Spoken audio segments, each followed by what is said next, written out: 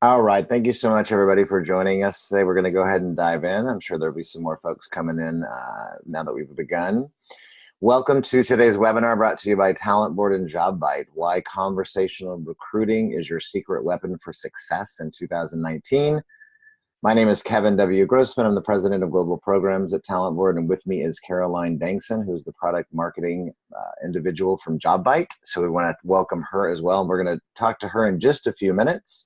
First, a couple of housekeeping items before we move into the rest of the webinar. We are recording this session. We will provide this session in the Talent Board YouTube channel. I'm sure Jobvite will make it available as well for all those, whether you attended live or not today. So we are recording. Make sure to ask questions of us. If you see something that you're interested in, you'd like to know more about throughout the webinar, there's two ways to submit those questions. One is through the Q&A portion of Zoom, which is in part of your console, as well as the chat function. You can also send us questions via chat. Either way, we'll get to those towards the end of the webinar after we're done presenting today. So those are the housekeeping items. Let's go ahead and start this webinar off now. So here's the thing. I'm sure all of you on this call hopefully will agree with me that candidate experience, when we talk about candidate experience, it's all the things, all the interactions, all the time, 24/7, from pre-application all the way to onboarding and even beyond, because we're all perpetual candidates at any given time, even if you're gainfully employed as an employee. So candidate experience is 24/7, and so is recruiting for that matter as well, whether you're talking about external recruiting or internal recruiting. What we're going to be talking a lot about today is going to be really more on the front lines, what happens from the pre-application stage, because one of the things that's really interesting is that, and readily apparent, I'm sure by most of you, is that candidate engagement really is that heavy lifting over time, because there may be things that you do in your recruiting process, making those improvements to recruiting with technology potentially on the process side with your people and resources. And the bottom line is that that's the heavy lifting over time, is to sustain those improvements that you make. And the bar has really been raised today, right? It's a really competitive, tight job market today out there. And it's most companies are usually invest more on the candidate engagement when we start getting into the screening, interview, and final stages of the recruiting process. But today, more than ever, with pre-application and even the application part of the recruiting process, that is becoming, it's much more competitive there. So when you're making those investments with the communication, with conversations with the candidates even before they apply, this is where you're getting the competitive edge today. It's been that way for a few years, especially since the economy has healed up. And now we're in such a tight job market that it's critical for you to engage in those kinds of activities. And that's a lot what we're going to talk about today. So one of the things I want to point out first, which kind of underscores our theme today, are the clear competitive differentiators that we see in the Talent Board Benchmark Research Program every year. For those who aren't familiar with the Talent Board, every year we do survey research with employers around the world, asking them to talk about their recruiting process and then self-assess their own candidate experience. And then in turn, they target a population of their own candidates, most of whom are those who didn't get the job at the end of the day, because we know from our data that there's a greater aggregate impact on your business and your brand of those you don't hire, which is the majority of candidates for any given job that you have out there. And so this is the research that we do every year, and some of the key themes and the competitive differentiators that we see, not only from those companies who have the highest positive candidate ratings that we give awards away to every year, but also what candidates want to see more of from the employers themselves, again, particularly today more than ever. The first trend really is really kind of underscores everything else we're going to talk about in this conversation today, about listening more and communicating more often. And we're talking, again, even before they apply for a job, whether that's communication is done via your career site, via social channels, which we're going to touch on a little bit, texting. There's a variety of ways that we're going to dive into more throughout this presentation, but listening more and communicating more often with candidates continues to be a backbone differentiator every day in our data, and every year in our data for that matter, and every day. And it's really critical, again, to truly be competitive today. You need to be doing that both automated as well as real-time communication via email, phone calls, texting, the list goes on. Setting better expectations about the recruiting process with candidates is another big competitive differentiating theme that we see. What's going to happen next after I apply? What's going to happen before I apply? Those things, outlining that process for candidates really does help to improve the candidate experience and has a better, more positive impact on your brand over time. If you, as an employer, holding yourself more accountable to that recruiting process at the end of the day, being more transparent throughout the process is another key win that we see every year. And the thing that kind of really wraps all of this together and really goes hand in hand with communication and listening more with candidates is having a fairer process overall. Perceived fairness in your recruiting process is critical. And even this isn't about being happy. This is a business transaction at the end of the day. It's a messy human one, but really it's more about being fair in the process and being perceived by the candidates as such. Hence why communicating more often on a regular basis across a variety of channels, it really is a more of a competitive differentiator for you. We can go ahead and go to the next slide. And now we're going to talk about some kind of from our data, really what happens on the pre-application side, on the attraction side, before they even apply for a job. So here's some quick hits for you from our data. We're in the process right now actually of evaluating our 2018 data that we've just collected for North America in particular, as well as the other regions too, but North America first. And we'll be writing that up for our research reports, which will be available at the beginning of 2019. But one of the things that we see trending every single year is the fact that after they've identified you as a brand of interest and you have jobs that candidates want to apply to, of course, where are they going? They're going to the career site first. That's the first place they go, and to research more about your company, consume your content on your site, watch any videos that you may have, potentially communicate with a chatbot if that's something you have on your site, and or even live interaction with recruiters if you're doing that a few times a week. Some companies have been experimenting with that, but that's the place where they go. The top valuable marketing content for candidates is always company values, and it's been that way for many years now in our research. That always trends the highest. Of course, there are other things that they're interested in too, about the job itself, pay, benefits, etc. But they want to know more about your values, as well as your culture, as well as the career development opportunities, which kind of leads to the next one, where they wish they had more information, they tell us in our survey research, about what a successful candidate profile for the job really is. This is different than just the straight text job description that you post when you're just trying to get folks on the top of the funnel for your jobs. This is really truly like, who is that candidate profile of success for your company for that specific job? Can you articulate that?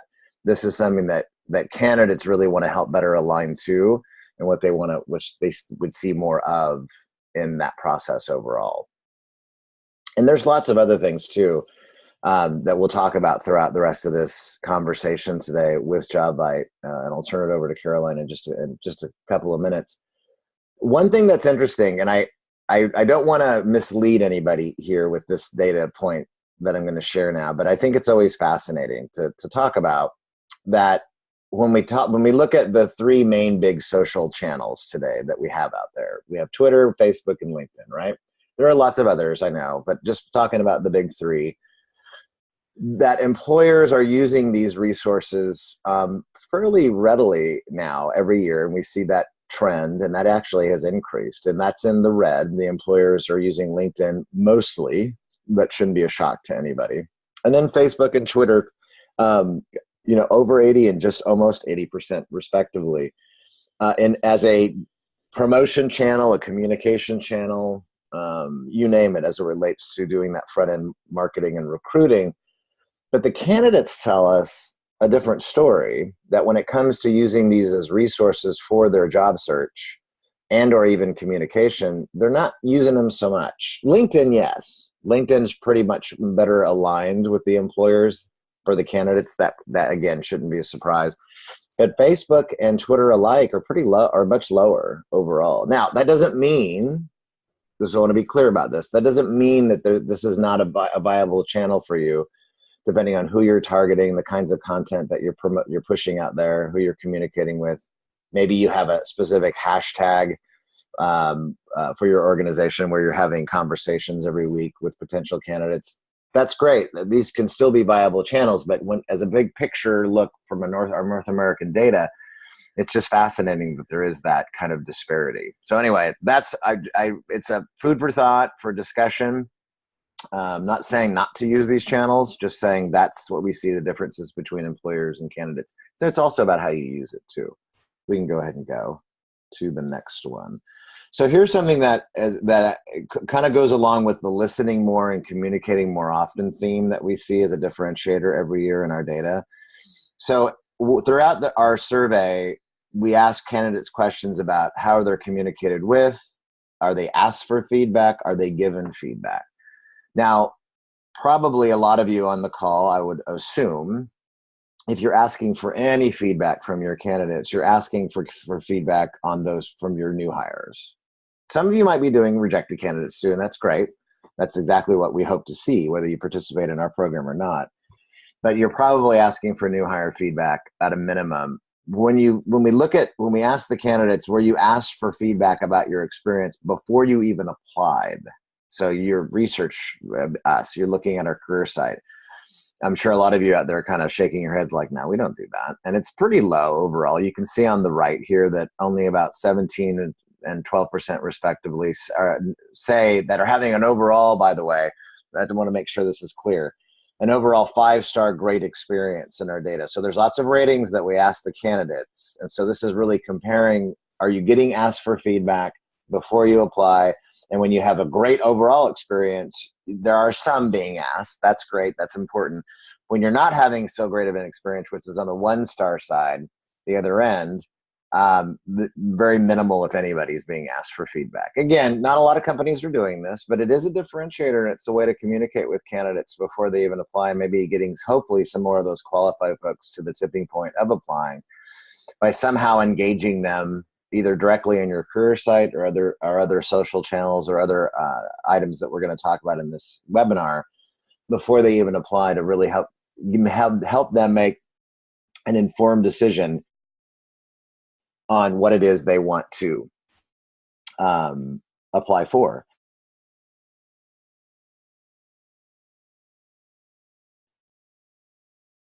And there's lots of this data that we also have in our research reports talking about asking for feedback, of whether or not they're being provided feedback. But this is on the front end.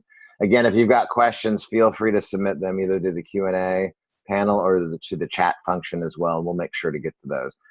Let's go ahead and go to the next slide. So now I'm going to get ready to turn it over to Caroline. And one of the things that I wanted to round out in this section of the webinar is the fact that there are lots of things that we see, those companies that have the highest positive candidate ratings in our research every year, that are doing more of.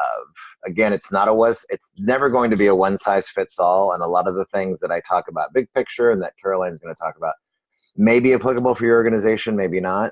But these are the things that we see that they're doing more of on a regular basis to make themselves more competitive on the front end. So multimedia marketing and job content, meaning, are you not just doing email campaigns? Are you doing text campaigns? Are you promoting visual content, videos, images, using even audio for that matter? Podcasting, it continues to grow. How are you conveying that? And are you using multimedia marketing and the job content itself to promote your brand and your jobs? Are you leveraging your employees' testimonials and related stories? That's one thing that candidates really are consuming more of every single, whether they're researching you for 30 seconds, 30 minutes, or 3 hours, they want to see these stories. Why are employees working for you now? Are they engaging with chatbots? Is it just kind of static Q&A on your site? Is there something though to help guide them along the process before they even apply, what's going to happen next? Are you using the social channels in a targeted fashion, doubling down on what's working and dumping what's not? Nurturing those possible candidates through marketing campaigns, keeping those conversations going with them to eventually convert them to apply, and then we just rinse and repeat and keep doing that same thing over and over again. So what I want to do is I want to turn it over to Caroline, because she's got some even more detailed examples of customers that they work with and what they're doing to keep that conversational recruiting super hot and moving, and keep engaged with the candidates. Right, Caroline? Yes, thanks, Kevin. The conversational recruiting, what's interesting is one of the biggest complaints from candidates today is that recruiting lacks a personal touch. So I think in our efforts to, this is a tough job, to automate it, to streamline, define efficiencies. Unfortunately, sometimes that comes at a cost of more canned responses, automated follow-ups, and things that make the candidate feel like the message or communication to them is less personal or sometimes never happens. So what we're doing at Jobvite is talking about conversational recruiting because we believe, it's time to put that conversation back into recruiting, that human side of connecting with people. Of course, the role is very challenging. Interesting data that we found in our research recently is that there are more jobs, open jobs out there than there are people to fill them. And so this is a tough job. It's great that we have low unemployment, but that puts a lot of challenge when you've got a lot of open requisitions out there. So that said, we're working with a lot of great companies and trying to help them stand out from the crowd. And one thing that we're real big believers in, we're seeing a lot of success that I'll go through today in the presentation, is that when you can find ways to connect personally with passive or active candidates, it goes a long way. And we'll talk about some of these strategies that our customers are using. But it's really about, shifting away from talking at candidates to talking with candidates. And that, of course, is pretty hard because you're trying to balance a tough job, a lot on your plate, trying to be super efficient, but at the same time having these personal conversations. So it's something that we're working on at Jobvite and excited to talk about, what our customers are finding success with today. So what I wanted to talk about is covering, the 5 conversational recruiting strategies that our customers are finding success with. And so I'll go through each one of these and give a customer case study and sort of the tactics that go along with these strategies. And hopefully for those who are on the webinar, some of these you can just immediately apply or experiment with to see if you too can find the same success. But, with these 5 strategies, what they are is first to actively engage in the conversation already taking place. So we'll talk about social media and what's already happening on the web today, the conversation, being able to tap into that conversation, not necessarily having to start it. Also, becoming a compelling storyteller. So we talk about recruitment marketing and you need to think about a marketer, but being able to tell a compelling story about your company is something that candidates want to connect with. They want to connect with that mission. They want to connect with your values. This is part of that strategy. Also, when you have content that's out there, thinking about how it's relevant and engaging, thinking about your target candidate or audience, and how do you tailor that message to connect with different groups of people that you're trying to recruit. Also, the importance of going multi-channel. We'll talk about, across all generations, just the multiple devices and channels that people use to communicate with, and how it's important to leverage all of them in concert together, and how you can do that. Also, continuing the conversation beyond the offer letter. So, with Jobvite, we talk about supporting the recruiting process from first look to first day.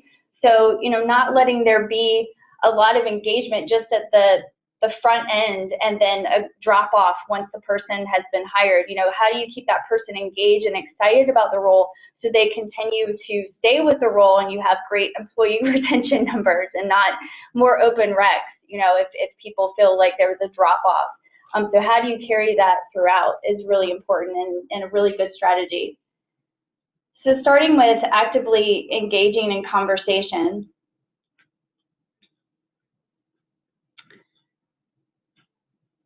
You know what, my computer froze up, so I'm going to keep talking. I don't know, Kevin, if you're able to, I apologize. Hopefully we'll be able to get to my slides in a minute. I don't know, Kevin, if you're able to present, but the first. Yeah, I can just keep going and I will cue them up. Okay. No worries. Nothing like a webinar for my computer to freeze.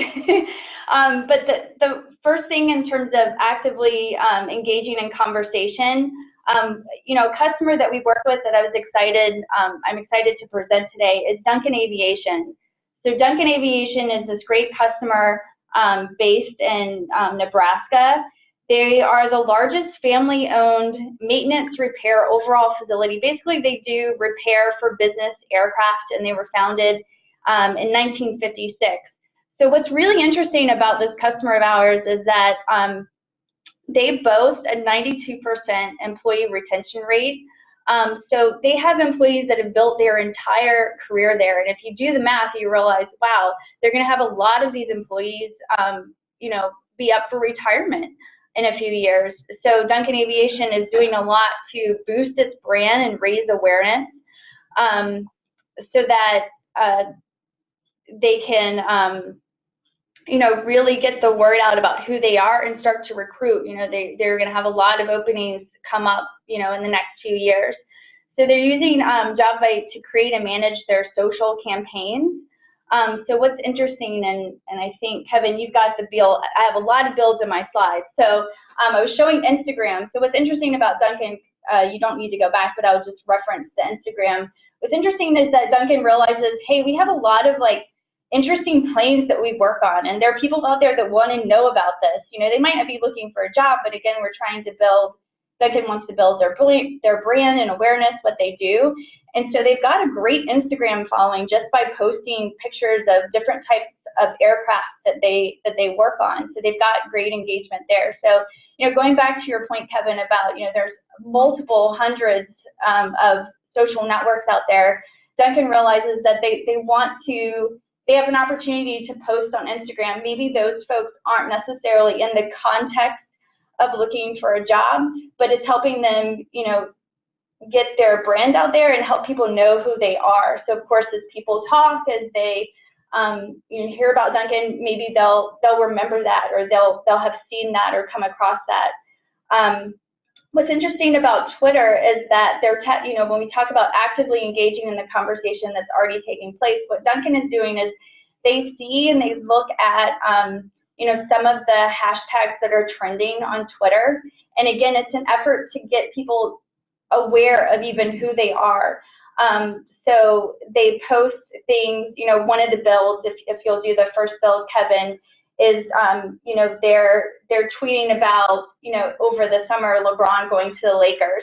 So, you know, that was trending on Twitter. And so they wanted to get into that conversation. And so, you know, they're just trying to connect their brand, again, to conversations that are already taking place. So that's one example. Another one is the Bachelor in Paradise, I believe. So, you know, just another example of how they're trying to insert themselves into the conversation that's already taking place. And that was the next build, Kevin. I'm going to regret building my slides this way. Thank you for saving me. And then the next build should cover, I believe it covers their Glassdoor presence. So, you know, a lot of companies, it'll say engaged employer on Glassdoor, but what Duncan Aviation is doing, as well as a lot of, you know, other brands who recognize this opportunity, is whether someone leaves a positive or negative review, so you can go ahead and do the build, they're responding to it. They're showing that they are part of that conversation, that they're reading the reviews on Glassdoor and that they care. And so this is a great example, because this isn't someone from the talent acquisition organization. This isn't someone from HR responding. You know, this is a vice president who's taking the time to give a response to review that was left on the site. And what's interesting is that Glassdoor did some research and found that 61% of Glassdoor users that were surveyed say their perception of the company improves after seeing this kind of interaction on the site. So as a result of all these efforts, you know, as a result of the strategy, Duncan Aviation has been able to increase its talent pipeline by 20%, and that's the next build, Kevin, just to highlight that great metric. So with all of these, you know, we'll talk about customer case studies and the metrics, you know, what they're measuring to show success for these efforts. So really excited to present that to you today. For the next strategy about becoming a compelling storyteller, you know, Kevin referenced data earlier about, you know, 64% of job seekers saying the career site was so important to their research. You know, Kevin, you've seen, as well as Jobvite has seen, that, you know, so many of those job seekers also say culture is important. So what better place to tell that story than on your career site? So we are very lucky to work with a great brand, a great company, Zappos, who pretty much wrote the book on culture. So I couldn't resist in highlighting their site for you today. But we host their premium career site, and they do like 5 really great things, what I would say 5 best practices for their career site to really tell that story about who they are. And so with each of these, Kevin, there'll be a build. For the first one, they showcase authentic employee profiles. So these are videos of actual employees. They call them Zapponians. So there's a lot of personality that goes into this, a lot of thought into the character and the culture and how they convey that on the site. The next thing that they do is highlighting their unique perks. And so they get creative with this, with the Zapponian discount or enjoying time off. They have a lot of fun with the site, and they make it engaging and fun to interact with. The next thing, Kevin, you realized this with your data is that communicating core values. So what's interesting is in an interview, Zappos was asked, how do you, as you grow and expand, how do you maintain that culture, that you began with? And the response was, really embracing these core values and reminding the employees of those core values throughout their employment with the company. Even, from the very first day they looked at that career site was really important and really helped maintain the culture at Zappos. And so, they point to that on their career site. So anyone who's looking at open positions or what Zappos is about, they see that immediately from the very first look on their career site.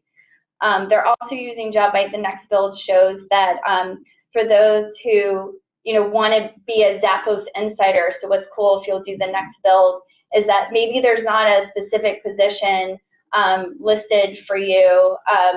Unfortunately, the builds are a little different on yours, but what this is a way to sign up to be alerted if there's a position that is appropriate for you.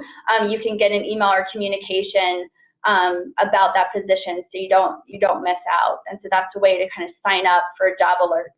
And then the last build, what Zappos uses is they use a chatbot on their site. So this is an example of striking the balance between automating something and also making it personal. So they use pictures of employees, with this chatbot, and they use more informal language. But this is a way to increase engagement on the site by allowing someone to ask questions. They go through an FAQ, or they'll help you navigate the site. There's a lot of content there. So as a result of all this, what we found is that they have amazing engagement, as you can imagine, on their site. People visiting multiple pages in one session and staying on the site for several minutes, and that was the next build. And so we can move forward to our next example. So Schneider Electric, a global energy management company, they came to us with a challenge of capturing, organizing passive talent. So really that top of the funnel type of activity of how do we get more qualified candidates, how do we attract more passive candidates, how do we build a pipeline of talent. And so they're using Jobvite Engage to run very targeted, relevant, and engaging recruitment marketing campaigns, which have generated a great response. And so I can show 2 of those examples today, 2 examples that I really like. The first one, in order to target Gen Z, so this is the next build, they launched a broader corporate campaign of Go Green in the City. So this is what they have as a business case, as a contest for Gen Z, so those folks who are finishing up school, studies at a university. It's an international contest for the best ideas of helping large cities go green. And so with this campaign, nearly 60% of the passive candidates receiving this email opened it. And if you follow email open rates, that's really, really high. So very successful campaign because they matched the message to the audience that they were targeting, and it worked really, really well. So we're really excited about being able to help them with that, and also something that I think is a great campaign in terms of looking at potential workforce that's out there that might be untapped, is that, Schneider, being a large company that has been able to put together a program for return to work. So this is targeting mothers who took a few years off and are now, interested in re-entering the workforce and looking for an avenue to do so. So this campaign garnered more than 13,000 views, 4,200 unique clicks. I mean, just really great metrics. If you're familiar with recruitment marketing metrics, it had a 33% click-through rate. So, this did really well in terms of the metrics that they were tracking around engagement, because it was so relevant in terms of who they were targeting. So as a result of this strategy, what Schneider is finding is that they decreased their dependency on external hiring agencies by 50%. So that's, of course, huge cost savings for them in terms of being able to bring that in-house and to be able to use these campaigns to really drive a pipeline of qualified talent. So we can build and then go to the next slide. So another example I wanted to talk about, again, with the strategy of connecting relevant and engaging content is Tenable. So Tenable is a cybersecurity company who came to us. They were challenged to fill highly technical positions and quickly because they were undergoing massive growth. So with Jobvite, they started to execute on, again, targeted campaigns to boost awareness of the brand. So 2 campaigns that they, as examples, have been running is to support their diversity recruiting initiative. So the first one is a really cool campaign targeting women, women developers. So if you want to do the build there, this is something that was a really great campaign that they ran. Another example, so the next build will show a campaign they did to target veterans, and they ran this around Veterans Day, so very timely and relevant to what's on people's minds. And so these had, really high click-through rates. The veterans click-through rate was 54%, which is more than double what an average click-through rate is for an email campaign. So as a result of running these targeted campaigns, what Tenable told us is that they saw 4 times greater visitors on their career site and a higher acceptance rate of positions because they were able to really find the right matches for the open requisitions. And so that will be the next few builds, Kevin.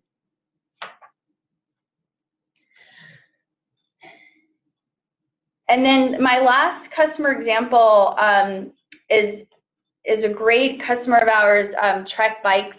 So they've really embraced our platform to go multi-channel, which we're really excited about. So, starting with us with web, email, social, we recently added Jobvite Text to bring text capabilities to our platform. Trek has embraced that. And for them, for this customer, they were really working or were looking for a full platform that could bring brand consistency across channels, so that being very important, and also, as we know, an effective approach to how you communicate and have conversations is, going across channels and devices, but being consistent, having branded content that is aligned and telling a similar story, connecting the dots across these channels and devices. Another important thing that Trek realized was just full transparency with candidates throughout the hiring process. So, being able, Kevin talked about data around the importance of the follow-up or staying connected. People put a lot of time in their application. They really are very often anxious to know where things stand and what the status is, and that goes really a long way when you can stay connected with them and let them know, how the process is going. Even if not ideal, they appreciate that follow-up. So what Trek is doing with text, and we might have a few questions at the end about this, but they've started to use Jobvite Text officially as a way just to to coordinate with candidates around the interview schedule. So that's what they're getting started with. But there's a whole depth and breadth to what you can do around communicating with both passive and active candidates with text messages. So as a result of all this, the metric that they found, and going multi-channel was being able to cut their time to hire in half. They found efficiencies, in using one platform to be able to do campaigns across all these channels that helped cut the time in half. They also found, incredible response rates, being able to have targeted content. We talk about the right content at the right time for the right person, really making that efficient and effective and getting the response, a quick response from the candidate.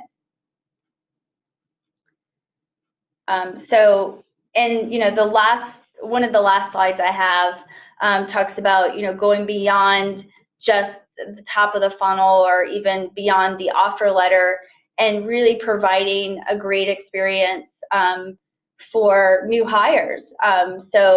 In a lot of ways, the success of the recruiter is bringing in top talent who will stay at the company and continue to provide value, right? So being able to continue that conversation beyond the offer letter. So what Trek is using as our onboard portal to be able to, we're showing a mobile device that's mobile friendly to be able to make it easy for new hires to stay excited about the role before their official start date, to feel like they can get started, to go paperless. Another really important process to think about when you're building content and having conversations with candidates. And so just wrapping this up, hopefully some of the examples I was able to share with you today, what you're seeing is that, taking a conversational approach is really going to help you gain competitive advantage. So we talk about make conversation your competitive advantage. What we have found is that through our research, across industries, across company size, the average time to hire is 38 days. But if you can cut that in half by adding new innovative channels to communicate more effectively with candidates, we're talking about a 19-day average time to hire, which is really incredible. And beyond that, I know Kevin, tossing it back to you, you have some exciting data around, other really important positive business impacts for leveraging this conversational approach and engaging and thinking about the candidate experience. Absolutely. Thank you, Caroline. That was great examples from companies and really very cool things that they're doing with their conversational recruiting and recruitment marketing, et cetera. So thanks for sharing all that. What I want to do now is talk. Sorry, I wanted to make sure everybody saw this slide. The money slide, yeah. Everybody absorb this slide now. Take a snapshot. Absorb it. There we go. Look at that. Reduce time to hire by 19, cut in half, right? Cut in half. That's awesome. Now let's talk about the business impact. For those of you who've heard me share this data before, I always have to underscore this because I think it's really critical to understand again that everything that you do, every engagement with candidates, every interaction, all culminates into whether or not they have again, perceive fairness in the process, whether or not they want to do things with you again. Will they apply again with you? Will they refer others? Will they make purchases if and when applicable when you're a consumer-based businesses? Will they make it influence those purchases, et cetera?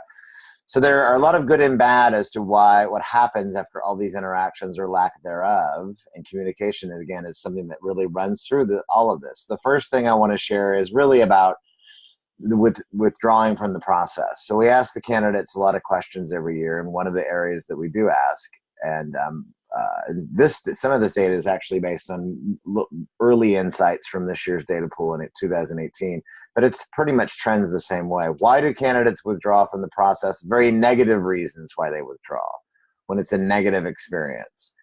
I promise we're going to share positive too. But on the negative side, it's really their time has been disrespected during interviews and appointments. They have a poor rapport with the sourcer, recruiter, or other staffing personnel. Process just took too long, poor communication with hiring manager, or the company culture is not a fit. But some of those main ones that do relate and circle around communication and transparency in the process that can cause candidates to withdraw themselves when there's disruption in the scheduling, when there's just poor communication overall. That can be a problem. This is not rocket science for most of you. I know you know this, but it's always clear when you look at the data and it shares that with you. Then when we talk about looking at both extremes now, a great overall 5-star candidate experience and a really horrible 1-star overall experience. And the one thing that's clear is that the candidates, again, the majority of candidates in our research are those who did not get the job. In fact, this year in North America, it was only 8% actually were hired and 92% did not get the job at the end of the day. But for those who are having a great overall candidate experience, they're much more likely to refer others, 76% of the time, than versus 43% who have a 1-star experience who say, no way, there's no way I'm going to refer anybody. It's the potential here, right? Doesn't mean everybody puts their money where their mouth is, but it is important to think about the potential repercussions of that perception of their experience throughout the process. Then when you look at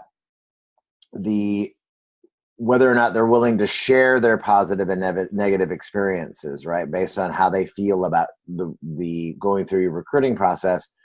So they do share. They share with their inner circle quite a bit. So the inner circle are people that we trust, people that we talk to, our spouses, significant others, best friends, close colleagues, people that we talk to every day and share our life experiences with. Almost 80-ish% over the past few years are willing to share their positive experiences, and that's pretty consistent over time. And 65-ish% overall from the past few years, it kind of has varied a little bit, but it's been pretty consistent over time, are willing to share their negative experiences. And that's what you don't want. You want them to share their positive. You prefer they don't share their negative, but they are doing it quite readily on a regular basis. It changes a little bit when we talk about publicly. So these are things like the Glassdoor reviews, rants on Facebook, LinkedIn, Twitter, across other social channels, blog posts that they write, whatever the case is.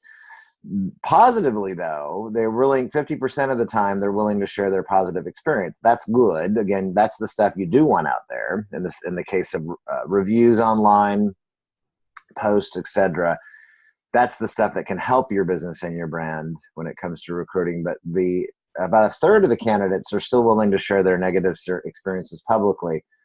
Now, there's another third of the same candidates in the survey, and this happens every year as well, who say, no, I don't share this information publicly. This is private. And that's true for most of us because we really don't shout from the rooftops when we don't get the job at the end of the day. But there's still quite a significant group of individuals willing to share those experiences regardless. And that's the thing to keep in mind. The one thing I also like to emphasize in this, and I've been having a lot of conversations with organizations lately, that because the very nature of being in the rejection business, unfortunately, there's always going to be a negative sentiment baked into that foundation of people that you're dealing with on a regular basis. It's really hard to decrease and dislodge the negative resentment. But what it's easier to do, and what we see through the data every year, is that is tipping those individuals that were kind of in the middle of with their whole experience to feel like it was a better perceived overall fairness and more positive experience. Tipping those folks over as opposed to dislodging. That's usually what we see more, and that's just been like up in the ante a little bit on how you're communicating and conversing with your candidates on a regular basis.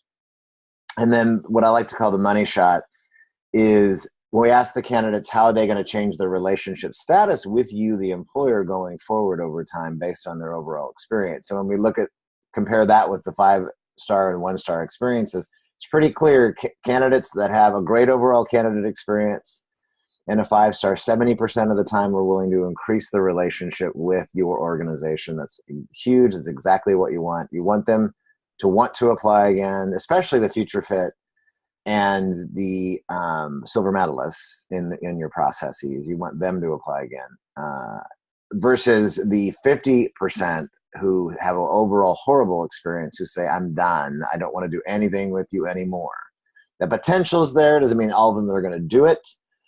But for those who are consumer-based businesses, you do know that there definitely is an impact on your business and your brand. This is just looking over the past 4 years. The good news is that there's been a trend line of improvement, of a better, improved, positive candidate experience in our data in North America and actually around the world. But look, this is focusing still on North American data. That's great.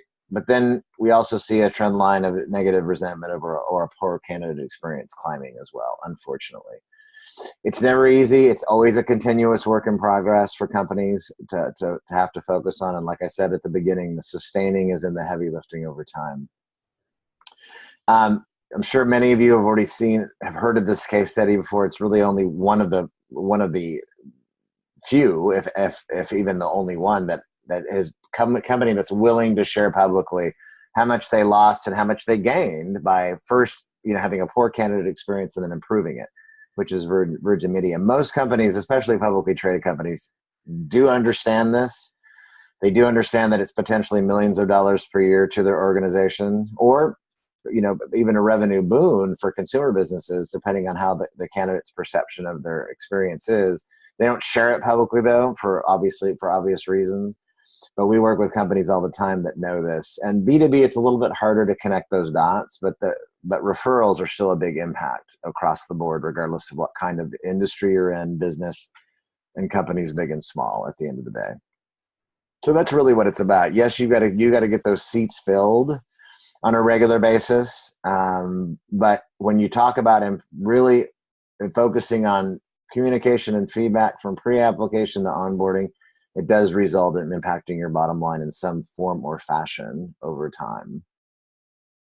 So I think that's all we've got for you today. We've definitely got time for some questions. I do already have a couple of questions that I'm going to ask in a sec. But if you do have questions, make sure to submit them through the Q&A panel or the chat function in the Zoom platform. So this is a question, Caroline, that I get a lot when I talk about, especially on the recruitment marketing side, and for smaller companies who don't have the big recruiting teams, who manages this kind of social channel marketing, this conversational recruiting? Is it on the shoulders of each individual recruiter? Is it a team approach? Is there one person on the team helping to manage it? What do you see with your customers on your end, Caroline? That's a great question. Often it does depend on the company size in terms of the number of people and how it's structured, but it doesn't always work that way. So it's a little bit of a generalization in terms of, the size will determine if there's a team behind this. So we definitely see, the one-man band, the one lone recruiter doing all of it. We also see teams that are able to tap in some cases, to their marketing team to get help with, that marketing team might, want to help with some of the branding elements or come in and kind of advise on marketing, email templates, for an example. So I think with small teams, social has been a very quick way to get started. And I guess, those, we can see sophistication across the board from using, tools like Jobvite to help issue those campaigns, or people, like with Duncan and Instagram. I like that example because, that was, one person going in and creating that and maintaining it, right? Which can be difficult when you're wearing a lot of hats, but I think that they recognized that was going to be important and worth the upfront investment, if that makes sense, and being able to set that up and maintain it. So of course, the more successful it is, if you measure that by the number of conversations, it is something that, at some point it will be important to scale. But I think your point about connecting this to overall business impact is how we've worked with companies to justify and more investment in these areas, if that makes sense. So yeah. When people are getting started, start to my recommendation is start to set like a baseline. Maybe you're starting from zero, and that's okay. But measure your baselines and measure over time, so you have a story to tell your executives in terms of we started with nothing.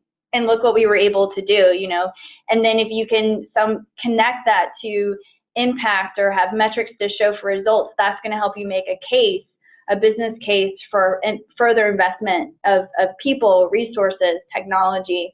So in the beginning, it can be tough. It can be a little scary, for some teams to really start to think this way. But I mean, it's definitely the shift we believe has to happen to really be competitive in the market today. Oh, well said. Well said. I completely concur with that. And we also should all be known from now on as the Zapponians. And and then everything's done. I mean, I love it. I think that's something that we're never going to forget, right? That name for sure. But really good answer. Another question that came in, and I'll just chime in for a minute on this one as well, was about when we were talking early on, when you're asking for feedback prior to them applying, where and how do you ask for this, and when do you ask for this? And so there's a couple of different examples that I'll give really quick. One is that you can have what's called always-on survey technology on your career site. So you can be asking, hey, tell us what you think about your quick experience. And we're talking about, just a few questions, maybe 2, 3, 4, 5 max, where you ask them what they thought about their interest in your brand, your jobs, the content they consume. There's different things to ask. How would you rate, your experience on our career site overall? I know one of Jobvite's partners and our data platform and survey platform, Surveil, does this quite well with always-on technology. And so and I'm sure that there are other companies that do that as well.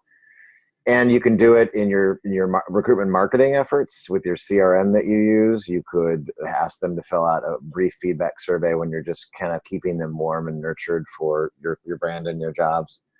Those are a couple of quick examples. Yeah, I was just going to add, we see customers also doing this at career fairs or university events. So any touch point, I think the application, whether you're using an application or just gathering feedback, even, to go to the point of the whole webinar, conversational recruiting, I think just asking it, even in a face-to-face meeting or interaction kind of shows that you care.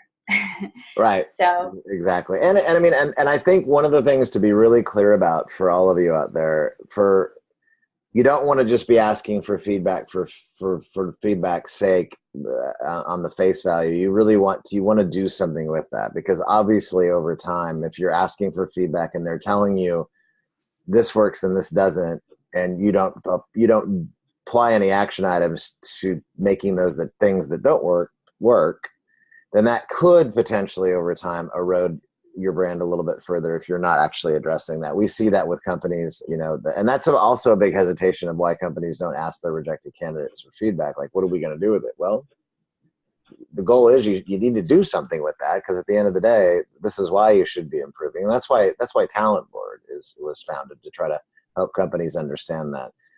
But you get a lot of that same feedback from your customers as well. Look, we got a time for 1 or 2 more questions, and this is a good one, Caroline.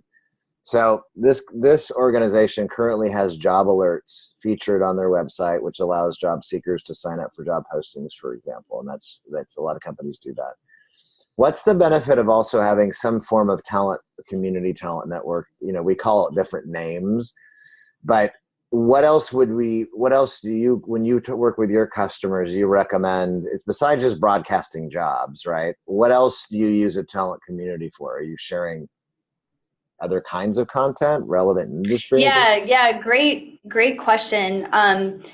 Yes, so the very basic use case is, to get the job done, let me know about open requisitions that match my interests and background. But we've definitely worked with brands, Zappos is a great example, who some companies are able to maintain, and this is a lot of work, their own blog related to careers HR, and they'll alert people to new content. So, along with open jobs, it's about, what new content, what new stories do you have that might interest, passive candidates to know more about your company. So, there's a wide range of sophistication or how in depth. Like I mentioned, you could have a dedicated blog. Not everyone can support something like that. Right. But any interesting story, or again, when you think of yourself as like a storyteller, or a story about your employer brand, anything that can say something about who you are, maybe it was a company event or just something that would interest passive candidates, you can use that channel to communicate that out. And that, is another way to draw people in and get them interested again in who you are as a company and understanding your culture. Excellent. Well said. And I think we're just about out of time. So Caroline, thanks so much again for all the great insights that you brought from Jobvite to this webinar today. Thanks everybody for joining us again today, and we will see you at the next one. Thanks again, Caroline. Thank you. Okay.